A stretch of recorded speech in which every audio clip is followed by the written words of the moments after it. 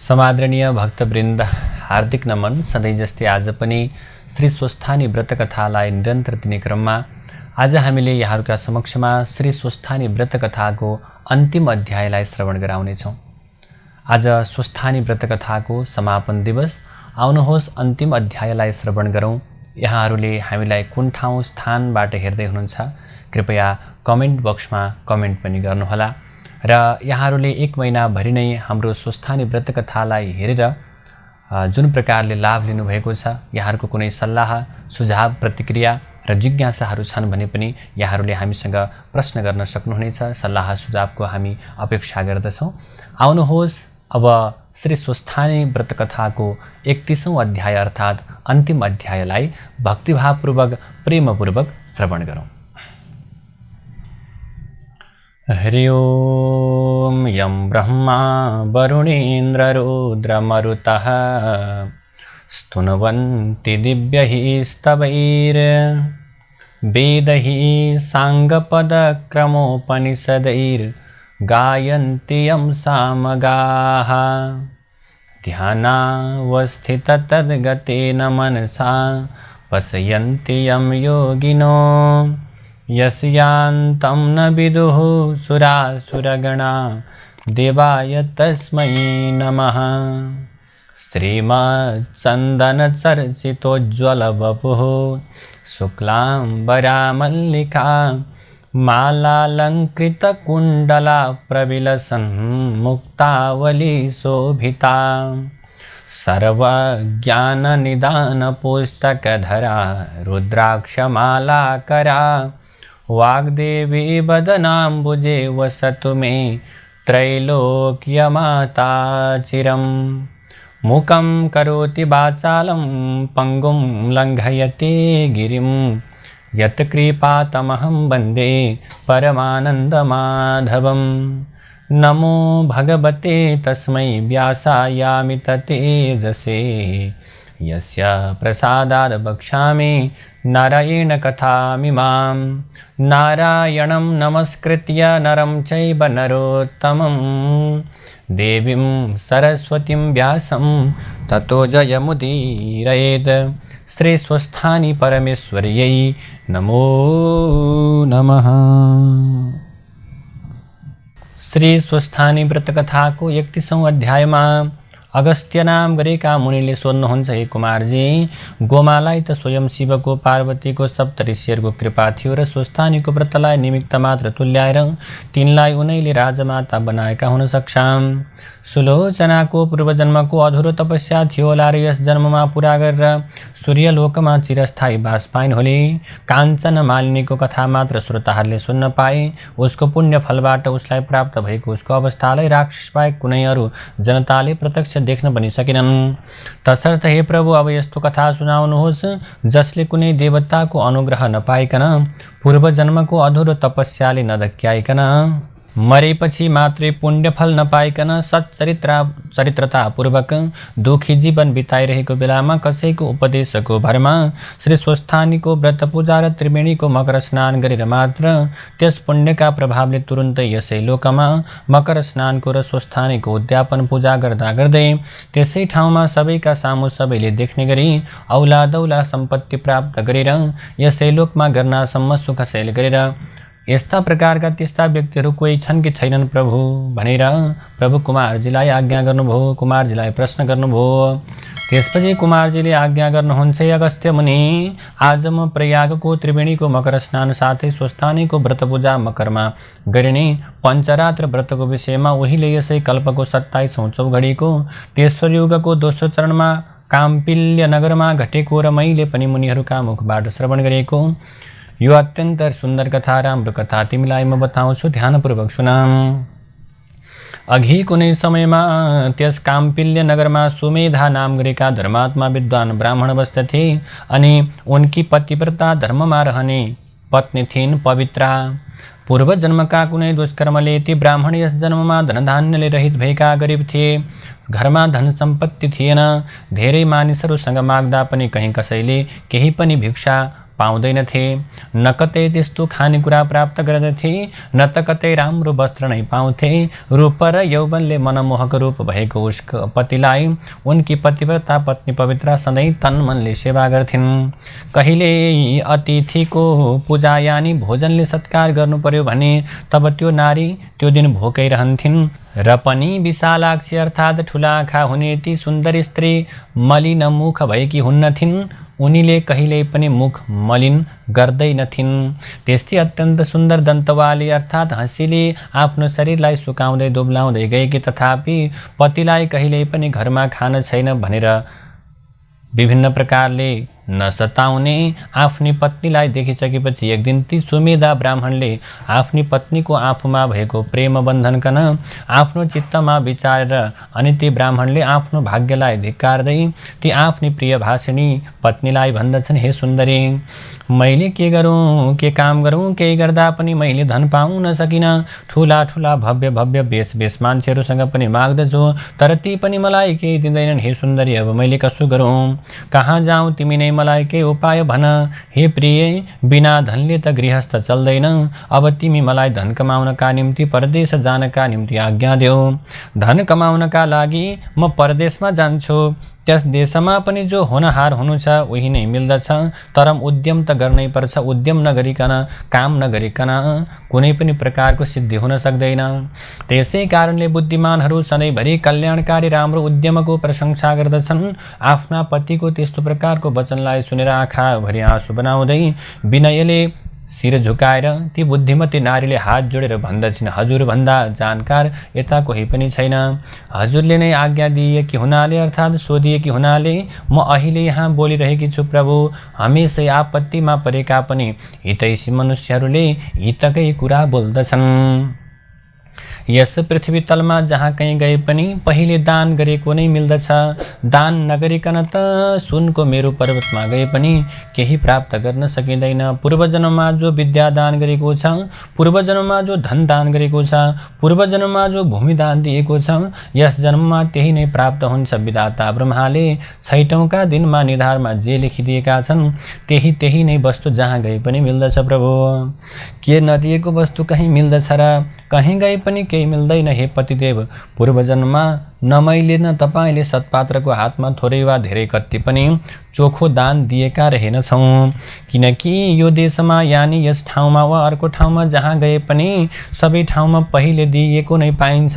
विश्वेश अर्थात् विश्वका पालक ईश्वरले अन्न मात्र त अर्थात् खान मात्र त दान नगरेको भए पनि कुनै प्रकारले दिनुहुन्छ, पुर्याउनुहुन्छ। त्यसै कारणले हे पतिदेव, हजुरले पनि मैले पनि यही नै बस्नुपर्छ। हे महामान्य स्वामी, हजुर नभइकन त म यहाँ एक क्षण पनि रहन सक्दैन। न आमा, न बाबु, न दाजु, न भाइ, न सासु, न ससुरा, न अरू मानिसहरू, न आफ्ना बन्धु, न अन्य पूर्ववासी छिमेकीहरू, ती कोही पनि पति नभएकी नारीलाई सत्कार गर्दैनन्, रुचाउँदैनन्। पतिहीन त्यस नारीलाई सबैले दुर्भगा दुष्ट यस्तो ठान्दछन् र नाना प्रकारका निन्दा गर्दछन्। मेरो प्रभु, यसै कारणले यहीँ रहेर जो मिलेको खाएर पिएर सुख सन्तोषपूर्वक विहार गरौँ। तपाईँको भाग्य अनुसारको प्राप्ति यहीँ पनि हुन्छ। ती पत्नीको त्यस्तो प्रकारको कुरालाई सुनेर ती विद्वान व्यक्ति पनि त्यही नै रहे, कतै गएनन्। यत्तिकैमा रहँदा बस्दा त्यहाँ कुनै दिन मुनिहरूमा श्रेष्ठ कौडिन्य मुनि घुम्दै फिर्दै टुप्लुक्क आइपुगे। ती ऋषिलाई आएको देखेर अत्यन्त खुसी भएका ती ब्राह्मणहरूमा श्रेष्ठ सुमेधाले पत्नीसहित जर्याकजुरुक उठेर शिर झुकाएर बारम्बार नमस्कार ढोक गर्दा भएर भने, म धन्य छु, भाग्यमानी छु, कृपा गरिएकोले कृतार्थ पनि छु। आजै मेरो जीवन सफल भयो। मेरो अहोभाग्यले प्रभु देख्नु भएको छ, अर्थात् तपाईँको दर्शन पाएँ भनेर ती मुनीश्वर कौडिन्यलाई ती सुमेधाले भन्दछन् र अनि उनलाई सुन्दर आसनमा बसालेर ती कौडिन्य ब्राह्मणलाई अर्घ्यादिले पूजा गरे। तब ती ऋषिलाई विधिपूर्वक बसालेर यथेष्ट भोजन गराउँदै केही झुकेर झुलकाडी नगी चाहिँ उभिएकी ती स्त्रीहरूमा अत्यन्त उत्तम पवित्र ब्राह्मणीले विनयपूर्वक, हे विद्वान त्रिकालदर्शी मुनि, कुन प्रकारले हाम्रो दरिद्रताको नाश होला भनेर ती दयालु ऋषिलाई ऋषिलाई सोधिन् र फेरि भनिन्, हे दयालु ऋषि, पूर्व जन्ममा दान नदिकन यस जन्ममा कसरी धन विद्या र असल गृहिणी पाइन्छ र? तैपनि मेरा पति मलाई छोडेर अर्कै देशतिर पराया नगरमा नचिनेका मान्छेसँग भिक्षा माग्नका निम्ति जाने इच्छा गरिरहनु भएको छ। हे विद्वान मुनि, मैले उहाँलाई कैयन ठुला ठुला कारणहरूले घेरेर रोकेकी छु।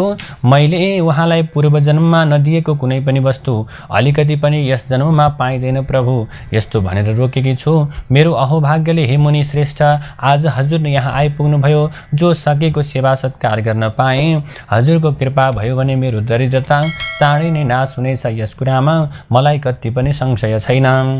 हे ऋषिवर, कुनै उपायले मेरो दरिद्रता निश्चय नाश हुन्छ कि कृपाले सागर? हे कृपाका सागर मुनीश्वर, यस बारेमा व्रत, तीर्थ, तपस्या, अनुष्ठान, नियम जे गर्नुपर्ने हो मलाई बताए बक्सियोस् भन्ने स्तुति सुशीला सती साध्वीले कहेको कुरा सुनेर तब ती मुनिश्रेष्ठ कौडिन्यले मनमनै केही बेर घोरिएर विचार गरेर अनि सारा पाप समूहलाई शान्त पार्ने, समस्त दुःख दरिद्रतालाई नाश गर्ने अत्यन्त श्रेष्ठ, अत्यन्त उत्तम, यस लोकमा सम्पत्ति, सुख, ऐश्वर्य प्राप्त हुने व्रतको बारेमा बताउन लागे।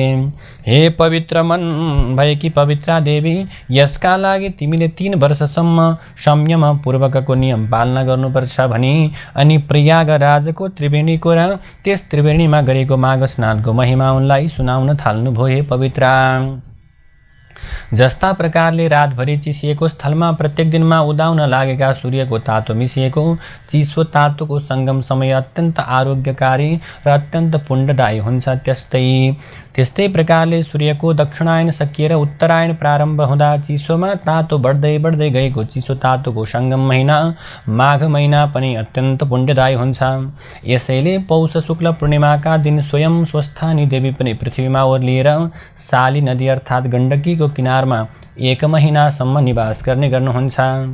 त्यही मौका छोपेर स्वर्गका अप्सरा पनि साली नदीमा नुहाएर स्वस्थानी देवीको पूजा गर्न त्यहाँ आउने गर्छन् र उनीहरू त्यस महिनालाई नै स्वस्थानी महिना पनि भन्दछन्। ती देवी नारी जातिकी हुनाले त्यतिखेर मात्रै त्यही गएर वा घरमै रहेर वा प्रयागको त्रिवेणीको किनारमा बसेर भए पनि श्रद्धा र भक्तिका साथमा नियम पालन गरेर उहाँको पूजा आजा गर्ने आफ्ना भक्तजनहरूलाई विशेष गरी नारी जातिलाई आफू वैकुण्ठ फर्किने दिन सौभाग्य दिने र सौभाग्य स्थायी रहने वर दिनुहुन्छ र वैकुण्ठ जानुहुन्छ।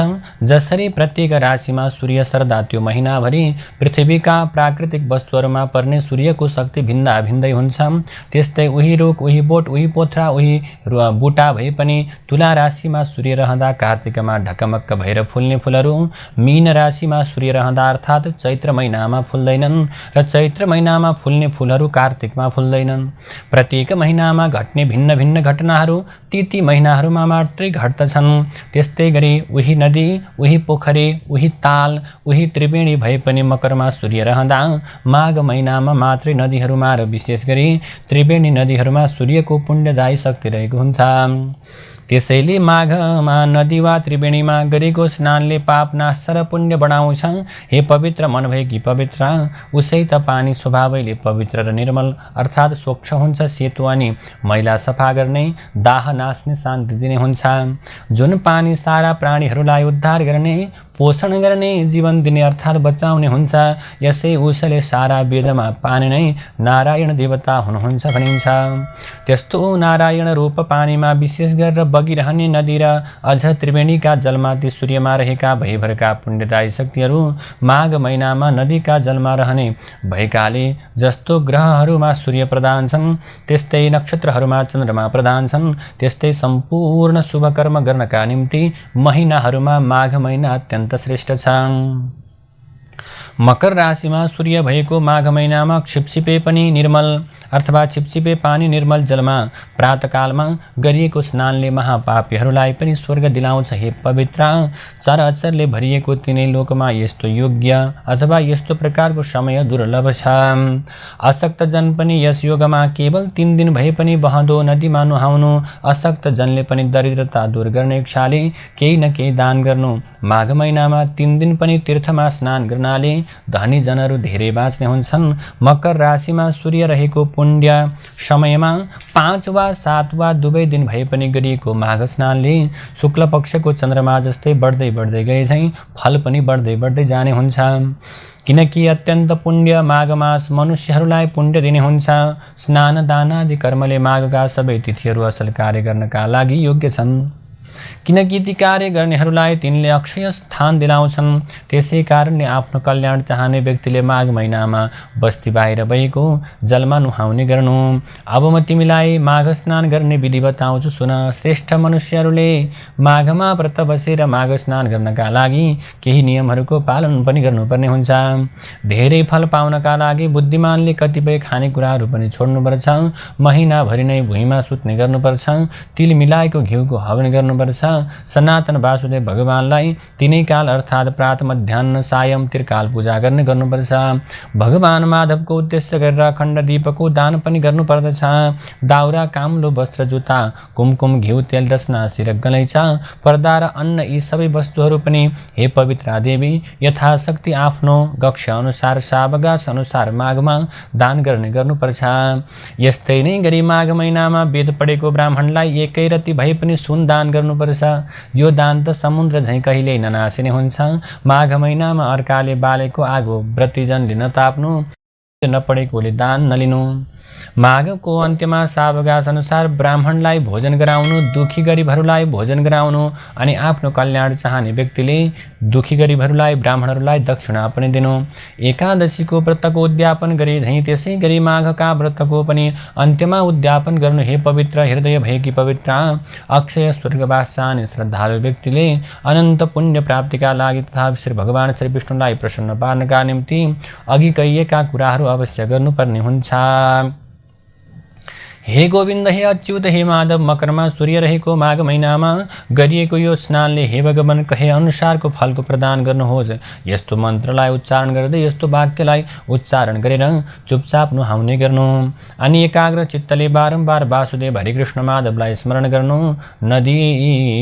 नजिकमा जलाशय नभए के गर्नु, जलपूर्ण गाग्रोलाई रात्रि बाहिर खुल्ला वायुमा राखेर घरमै नुहाए पनि हुन्छ। त्यो त्यस्तो घरको स्नान पनि तीर्थकै समान अथवा तीर्थकै बराबर समस्त इच्छाहरूलाई पूरा गर्नेवाला हुन्छ। माघमा नियमपूर्वक व्रत गर्नेले भोजनमा चाहिने सबै वस्तु सहितको सिधा पनि दान गर्नुपर्छ। त्यस्तो स्नानको प्रभावले त्यो मनुष्य नर्कमा जाँदैन। मनुष्यहरूले तातो पानीले जुन स्नान सदा घरैमा गरिन्छ, मकरमा सूर्य रहँदा गरिएको त्यो स्नान सदाका भन्दा 6 गुणा बढी फल दिने हुन्छ।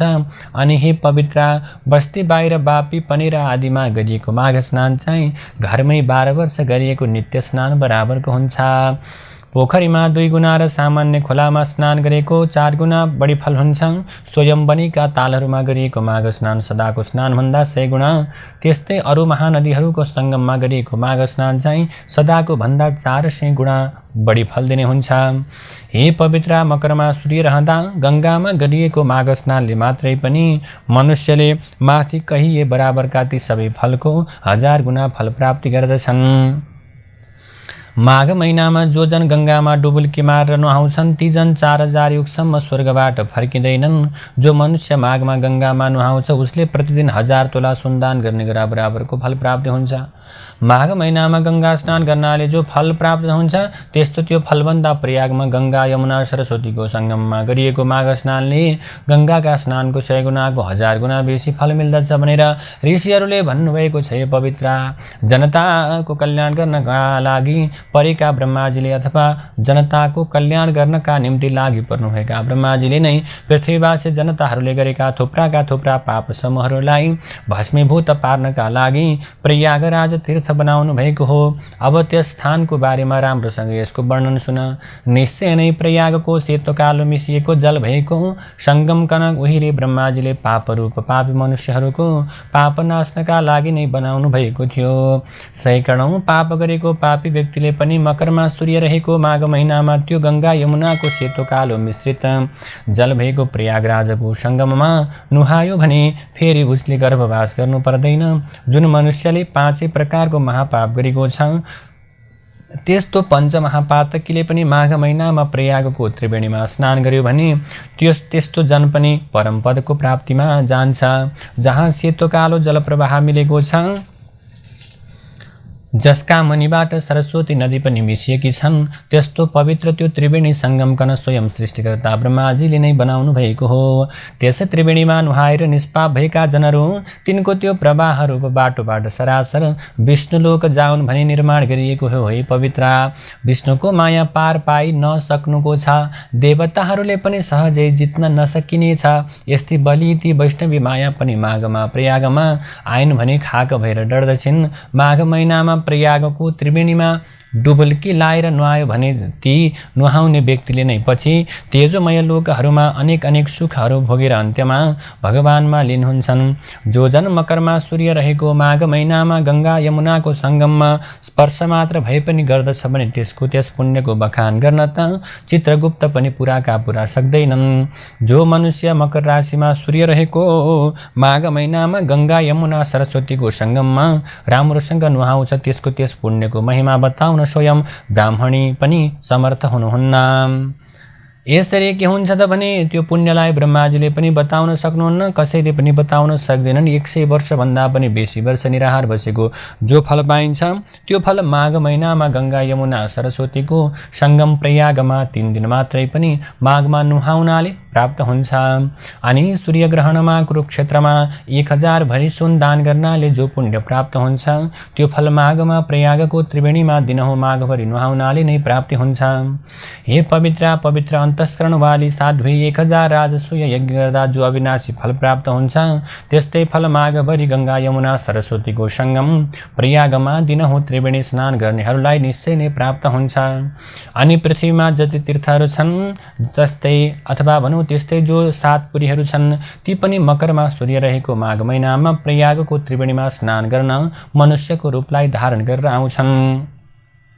पापीहरूले नुहाउँदा ती पापीहरूको संसर्गको दोषले सबै तीर्थहरू मैला भएका हुन्छन्। ती सबै तीर्थहरू पनि अब के गर्छन्, मानव स्वरूपलाई धारण गरेर आएर प्रयागको त्रिवेणीमा माघभरि नुहाउनाले फेरि स्वच्छ निर्मल वर्णका हुन्छन्, अर्थात् शुद्ध हुन्छन्। हे पवित्र सृष्टिको सुरुदेखि प्रत्येक जन्ममा मनुष्यहरूले जो पाप बटुलेका छन् अर्थात् सञ्चित गरेर राखेका छन् त्यस्ता ती क्रूर हेराइ गर्ने, रुख बोलाइ बोल्ने, अत्यन्त दयालहीन भएका अथवा भनौँ दया भन्दा भिन्न व्यवहार गर्ने द्रव्य पिशाच जनका पनि पूर्वजन्मका ती सबै पाप प्रयागको त्रिवेणीमा माघभरि नुहाउनाले भस्मीभूत हुन्छन्। प्रयागको त्रिवेणीमा माघ महिनामा 3 दिन मात्र नुहाउने मनुष्यको पनि उसले बाणी मन शरीरले जीवनभरि गरेका पाप निश्चय नै बिलाउँछ। जो मनुष्य प्रयागमा त्रिवेणीमा माघ महिनामा 3 दिन मात्र भए पनि नुहाउँछ त्यो मनुष्य सर्पले आफ्नो पुरानो छाला अर्थात् काँचुली त्यागे झैँ ऊ पनि आफ्ना सबै पाप त्यागेर स्वर्ग जान्छ। जहाँ सुकै पनि बहेकी गङ्गाजी कुरुक्षेत्रको समान मानिएकी छन्, अर्थात् गङ्गामा जहाँ नुहाए पनि कुरुक्षेत्रमा नुहाएको फल समान मिल्दछ। अथवा भनौँ जुन ठाउँमा गङ्गाजी विन्ध्य पर्वतमा ठोकिएकी छन् त्यहाँ नुहाउनाले अन्तः के हुन्छ, गङ्गाजीमा नुहाएको अन्त गङ्गाजीमा नुहाएको भन्दा 10 गुणा बढी पुण्यको प्राप्ति हुन्छ। काशीमा उत्तरवाहिनी गङ्गाजी विन्ध्य सङ्गमकी भन्दा 100 गुणा पुण्यदायी रहन्छन्। काशीकी उत्तरवाहिनी गङ्गा भन्दा गङ्गा यमुना सरस्वतीको सङ्गमकी गङ्गा 100 गुणा अधिक फल दिने वाली हुन्छन्। पश्चिम वाहिनी ती गङ्गा त अन्तकाको भन्दा 1000 गुणा बेसी फल दिन्छन्। जुन पश्चिम वाहिनी भएको ठाउँको गङ्गाको दर्शन मात्र पनि ब्रह्महत्या जस्तो पाप पनि नाश हुन्छ। जो गङ्गाजी यमुनामा मिल्दा पश्चिम वाहिनी भएर मिल्दछन् त्यो दुर्लभ स्थानको जलमा माघ महिनामा यदि स्नान गर्न पाइयो भने त त्यसको नुहाउनेको करोडौं पाप पनि भताभत मर्दछन् र त्यसै पानीमा गएर बिलाउँदछन्। हे पवित्र, त्यो गङ्गा यमुना सरस्वतीको सङ्गम अर्थात् दोभान नै पृथ्वीमा त्रिवेणी नामले प्रसिद्ध छ। जसको जललाई अमृत भनिन्छ, दुर्गतिनाशक भनिन्छ, स्वर्गतिदायक भनिन्छ। त्यस त्रिवेणीमा माघ महिनामा एकछिन मात्रै पनि रहन पाउनु देवताहरूका निम्ति अत्यन्त दुर्लभ छ। ब्रह्मा विष्णु महादेव रुद्रादित्य मरुद्गण गन्धर्व लोकपाल यक्ष किन्नर नाग अणिमा आदि अष्टसिद्धि साधेका सिद्धहरू, त्यस्तै जो अरू तत्त्व व्याख्याताहरू अनि ब्राह्मणी पार्वती पार्वती लक्ष्मी सचिमेना अदिति दिति आदि सबै देवपत्नीहरू तथा नागपत्नीहरू पनि घृताची मेनका रम्भा उर्वशी तिलोत्तमा आदि अप्सराका समूहहरू त्यस्तै समस्त पितृकागणहरू पनि माघ महिनामा प्रयागको त्रिवेणीमा स्नान गर्नका लागि त्यहाँ आउँछन्। तिनीहरू सत्ययुगमा प्रत्यक्ष रूपले आउँथे भने अरू युगमा गुप्त रूपले आउँछन्। प्रयागको त्रिवेणीमा माघ महिनामा 3 दिन मात्रै पनि नुहाउनाले जो फल छ त्यस्तो प्रकारको फल त पृथ्वी तलमा 1000 अश्वमेध गर्ने यज्ञ गर्नेले पनि प्राप्त गर्न सक्दैन भन्ने यति वृत्तान्त सुनाएर हे पवित्र, उहिले काञ्चन मालिनी नामकी परीले प्रयागमा प्रत्येक माघ भरिभरि नियमपूर्वक नुहाउनाले उसका पुण्यहरूको फलमध्ये केवल 3 माघको मात्र त्यस त्रिवेणीको आफ्नो मकर स्नानको फल कुनै राक्षसलाई दिएकी थिए। त त्यो त्यसै पुण्यफलको प्रतापले त्यो त्यस्तो उग्र पापी राक्षस पनि राक्षसत्वबाट मुक्त भएको थियो र देवताको जस्तै दिव्य देहको प्राप्ति भएर विमानमा चढेर स्वर्ग गएको थियो भन्ने काञ्चन मालिनीको लामो कथा पनि बताउनुभयो। तसर्थ हे पवित्र, अब तिमी पनि पूर्व जन्मका बाँकी समस्त पाप पखाल्नका लागि अब आउने पौष शुक्ल दशमीका दिन प्रयागको त्रिवेणीको तटमा गएर माघको मसान्तरसम्म कल्पवास बस्ने गरेर त्यहीँ बसेर पौष शुक्ल एकादशीदेखि पूर्णिमाका दिनसम्म दिनहुँ त्रिवेणीमा 3 डुबुल्की मारेर शरीर शुद्ध्याउनु, त्यसपछि त्रिकाल नुहाएर भुइँमै काम्लोमा सुतेर ब्रह्मचर्यमा रहेर सधैँ दिनको तेस्रो प्रहरमा 1 छाक मात्र हविष्यान्न भोजन गरेर पूर्णिमाका दिनमा हात गोडाका नङ काटेर त्यसै दिनदेखि त्रिकाल स्नान गर्ने गरी मध्याह्न स्नानको बाद त्रिवेणीको तिरमै बालुवाको 2 ढिस्क उठाएर त्यसैमा चन्दनक्षता धूपदीप नैवेद्यले शिव र पार्वतीको पूजा दिनहुँ गर्ने गरी माघ शुक्ल पूर्णिमासम्म स्वस्थानीको व्रत बसेर त्यसै पूर्णिमाका दिन स्वस्थानीको उद्यापन पूजा अर्थात् व्रत समाप्तिमा गरिने पूजा गरेर मकरमा सूर्य सरेर रहेको माघभरि नै 30 दिनसम्म दम्पतिले नै त्रिकाल 3 डुबुल्की त्रिवेणीको जलमा नुहाएर विशेष गरेर मकर राशिमा एकसाथ सूर्य चन्द्रमा पृथ्वी रहेर कुम्भयोग परेको माघी औँसीमा दुवैले सके 100-108 डुबुल्की मारेर के गर्नु 108 डुबुल्की मारेर त्रिवेणीमा नुहाएर सावगास भए गरिबहरूलाई दुखीहरूलाई भोजन गराएर अन्न दिएर यसरी नै 2 माघ बिताएर तेस्रो माघमा माघ शुक्ल एकादशीदेखि पूर्णिमासम्म कल्याणकारी पञ्चरात्र व्रत गर। जुन व्रत गर्नाले यस लोकमा सम्पत्ति सुख शान्ति र परलोकमा मुक्ति समेत मिल्दछ। त्यो पञ्चरात्र व्रत श्रद्धापूर्वक गर्दा बिहानै त्रिवेणीमा नुहाएर जो 5 दिन पुरै पानीमा मात्र पिएर निराहार रहन्छ त्यो व्रती मृत्यु पश्चात पनि वैष्णव लोक बास पाउँछ अथवा वैष्णव लोकमा जान पाउँछ। जो जन्ती 5 दिन 1 छाक मात्र फलफुल खाएर रहन्छ त्यो जन पहिलेका सम्पूर्ण पापबाट छुटेर स्वर्गलोकमा गएर रमाउँछ। जो जन्ती 5 दिनसम्म ब्राह्मणलाई भोजन गराउँछ त्यस जनले विधिपूर्वक देवता सहितका सारा दानव र मानवलाई भोजन गराए बराबरको पुण्यको प्राप्ति गर्दछ। यी 5 दिनसम्म स्वच्छ शुद्ध पानी भरिएको जलपूर्ण घडा जो जन ब्राह्मणलाई दान गर्दछ त्यस जनले चाहिँ मानौ चराचर सहितको सकल ब्रह्माण्ड नै दान गर्यो भन्ने ठाने हुन्छ। जो जन्ती 5 दिनसम्म प्रातः स्नान गरेर प्रशस्त तिल भरिएको पात्र दान गर्दछ त्यो जन यस लोकमा ठुला ठुला धेरै सुख भोगेर अन्तमा परलोकमा सूर्यलोकमा गएर आनन्द सहित रहन्छ। ती 5 दिनसम्म जो जन अटल ब्रह्मचर्य पूर्वक रहन्छ त्यो जन मरेपछि स्वर्गमा गएर स्वर्गका अप्सराहरूका साथमा हर्षोल्लास पूर्वक रहन पाउँछ। हे साध्वी, हे सुजन सुशीला, हे कल्याणी, तिमी पनि आफ्ना पतिका साथमा यस्ता प्रकारको विधिपूर्वकको यो व्रत र स्वस्थानी देवीको पूजा गर। अब तिमी यस लोकमा धनधान्यले युक्त भएर अनेक सुखहरू भोग भोग्दै हे सुव्रते, हे पतिव्रते मरेपछि स्वर्ग जानेछौ यति भन्दै खाइसकेर अथवा भोजन गरिसकेर उठेर बाहिर आएर सुमेधाले करुवाले धारो लगाएको पानीले हात मुख धोएर चुठेर टक्राइएको स्वच्छ तौलियाले हात मुख पुछेर बस्न ठिक पारिएको आसनमा बसी एकछिन गफखापले मनलाई नियन्त्रण गरी अथवा मनलाई हलुका गराएर अनि उठेर अल्खा पहिरी झोला भिरी कमण्डलु हातमा झुण्डाई खराउ लगाएर तब पवित्राले पाद स्पर्श गरिएका तथा सुमेधाले परसम्म पुर्याई चरणमा ढोगिएका ऋषि कौडिन्यले म जान्छु जाउँ है त भन्दै आफ्नो बाटो लागे।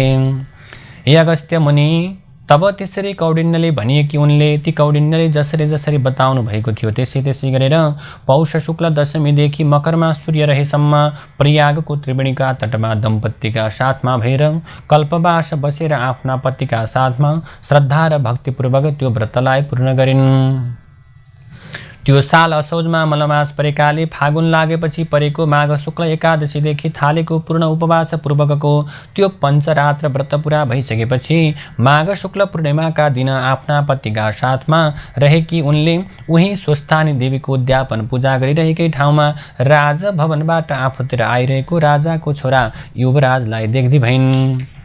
अनि उहाँ आएको उस युवराजले पवित्र दम्पतिलाई भव्य भव्य वस्तुहरूले भरिभराउ भएको नयाँ घर दिएर स्वस्थानी देवीको व्रत पूजा र त्रिवेणीमा गरेको पञ्चरात्र व्रत पूर्वकको 3 वर्षे माघ स्नानको संयुक्त पुण्यले प्रेरणा गरिएको त्यस युवराजले आफ्नै युक्साले विधिपूर्वक ती दम्पतिलाई लगेर त्यस घरमा बसायो र ती ब्राह्मण सुमेधालाई जीविकाका लागि एउटा गाउँको नजिकै 1000 बिघा जमिन कुशेदान दिएर उनको त्यो 3 वर्षे तपस्याले प्रसन्न भएका राजपुत्रले ती दम्पतिको बिन्ती गरेर अनि के गरे स्तुति बिन्ती गरेर घरतर्फ फर्किए। त्यसपछि सुमेधाकी आफ्नी पत्नी पवित्राले गरेका पञ्चरात्रि व्रतपूर्वकको स्वस्थानी देवीको व्रत पूजाका प्रभावले र ती दुवै दम्पतिले मिलेर गरेका त्रिवेणीका 30 दिने माघ स्नानका प्रभावले ती सुमेधा दम्पति पहिलेका सारा पापबाट छुटेका र सारा सुखका औलादौला साधनले युक्त भएका छँदा यस लोकमा पति पत्नीका साथमा मिल्ने अनेक सुख भोग भोगेर अन्त्यमा विष्णुको पूरा वैकुण्ठमा ती पति र पत्नी दुवै जाँदा भए। त्यस्ता प्रकारले जो मनुष्यहरू पञ्चरात्र व्रतपूर्वक श्री स्वस्थानी देवीको अत्यन्त उत्तम व्रत पूजाका साथ महिनैभरि प्रतिवर्ष त्रिवेणीमा मकर स्नान गर्दछन् तिनको पुण्य र त्यो पञ्चरात्र व्रतबाट प्राप्त भएको पुण्यको बखान गर्न त मबाट पनि पार लाग्दैन, अर्थात् त्यस पुण्यको बखान गर्न म पनि सक्दिन। पुष्कर आदि गरिएका तीर्थहरू त्यस्तै गङ्गा आदि गरिएका पुण्य नदीहरू पनि दुहुनी गाईदान जस्ता मुख्य दानहरू त्यसले सबै गरी भन्ने ठाने हुन्छ अथवा त्यो प्रकारका सबै दानहरू गर्यौँ भन्ने ठाने हुन्छ। जसले पञ्चरात्र व्रतको विधिपूर्वक स्वस्थानीको व्रत पूजा गरे, जसले पञ्चरात्रको व्रत विधिपूर्वक गरे उसले व्रतखण्डमा बताइएका सारा व्रतहरू गरी सिद्ध्यायो भन्ने ठाने हुन्छ। जस्तो 2 खुट्टेहरूमा ब्राह्मण श्रेष्ठ, जस्तो 4 खुट्टेहरूमा गाई श्रेष्ठ, जस्तो देवताहरूमा इन्द्र श्रेष्ठ, त्यस्तै गरी महिनाहरूमा चान्द्र र सौर दुवै माघ महिना श्रेष्ठ छन्। माघ कृष्ण परिवारदेखि अथवा भनौँ माघ कृष्ण प्रतिपदादेखि माघ शुक्ल पूर्णिमासम्मका तिथिहरूलाई चान्द्र माघ महिना भनिन्छ र मकर राशिमा सूर्य सरेको दिनलाई माघे सङ्क्रान्ति भनिन्छ। 30 दिनसम्मको समयलाई सौर माघ महिना भनिन्छ। जुन नरनारीले जन्म पाएर जीवनमा एकपल्ट भए पनि प्रयागको त्रिवेणीमा गएर विशेष गरी कुम्भयोग परेको बेला माघे औँसीका दिन एकपल्ट भए पनि मकर स्नान गरेको छैन भने जन्म व्यर्थ हुन जान्छ। त्यसैले त्यस्ता नरनारीहरू प्रतिवर्ष स्वस्थानीको व्रत पूजा नगर्ने अथवा भनौँ स्वस्थानी भगवतीको उपासना नगर्ने व्यक्तिहरूलाई सुखको प्राप्ति हुन सक्दैन। त्यसैले यो पुण्यमय समयमा स्वस्थानी भगवतीको आराधना गर्नु, पूजा गर्नु र पाठ गर्नुपर्दछ।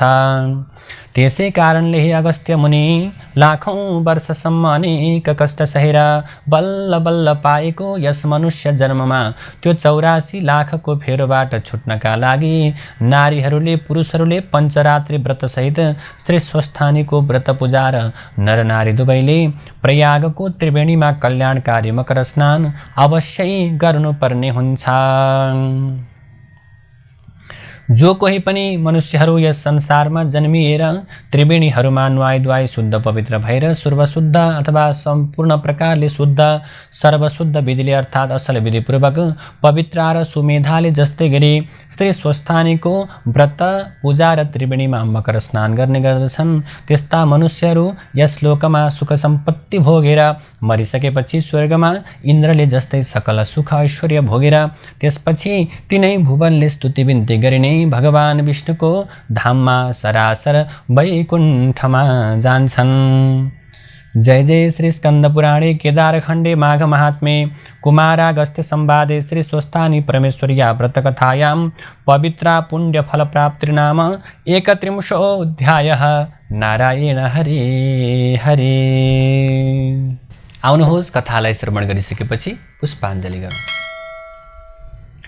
हरि ओम उपनयतु मङ्गलं वः सकल जगन मङ्गलालयः श्रीमान् दिनकर किरण निबोधिता नवनलिन दलनिभेक्षणः कृष्णः काले वर्षतो पर्जन्यः पृथिवी सस्यशालिनी देशोऽयं क्षोभरहितो ब्राह्मणाः सन्तु निर्भयाः अपुत्राः पुत्रिणः सन्तु पुत्रिणः सन्तु पौत्रिणः निर्धनाः सधनाः सन्तु जीवन्तु शरदां शतम् तत्रैव गङ्गा यमुना च तत्र गोदावरी सिन्धु सरस्वती च तीर्थानि सर्वाणि वसन्ति तत्र यत्र च्युतोदार कथा प्रसङ्गः या कुन्देन्दुतुषारहारधवला या शुभ्रवस्त्रावृता या वीणावरदण्डमण्डितकरा या श्वेतपद्मासना या ब्रह्माच्युतशङ्करप्रभृतिभिर्देवैः सदा वन्दिता सा मां पातु सरस्वती भगवती निःशेषजाड्यापः कायेन वाचा मनसेन्द्रियैर्वा बुद्ध्यात्मना वा प्रकृतिस्वभावात् करोमि यद्यत् सकलं परस्मै नारायणायेति समर्पयेतद् श्रीस्वस्थानि देव्यार्पणमस्तु।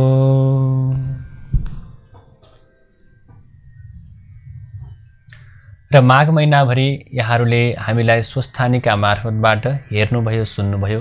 समस्त भक्तवृन्दहरूलाई हामी हार्दिक धन्यवाद व्यक्त गर्न चाहन्छौँ। यहाँहरू सम्पूर्णलाई सदा सर्वदा भगवती श्री स्वस्थानी परमेश्वरीको कृपा भइरहोस्, भक्तिभावको उदय भइरहोस्। यहाँहरू सम्पूर्णलाई हामी हार्दिक शुभकामना पनि दिन चाहन्छौँ। सधैँ भगवानको कृपा रहिरहोस्। र यहाँहरूले यस्तै धार्मिक सामग्रीहरू हेर्नका निम्ति हाम्रो युट्युब च्यानललाई सब्स्क्राइब गर्न नबिर्सनुहोला। त्यस्तै गरी भिडियोहरूलाई लाइक, कमेन्ट, सेयर र सब्स्क्राइब गर्न पनि यहाँहरूले भुल्नुहुने छैन भन्ने कुरामा हामी विश्वस्त छौँ। र यहाँहरू सम्पूर्णलाई हार्दिक धन्यवाद दिन चाहन्छौँ। हरि ओम तत्सत्।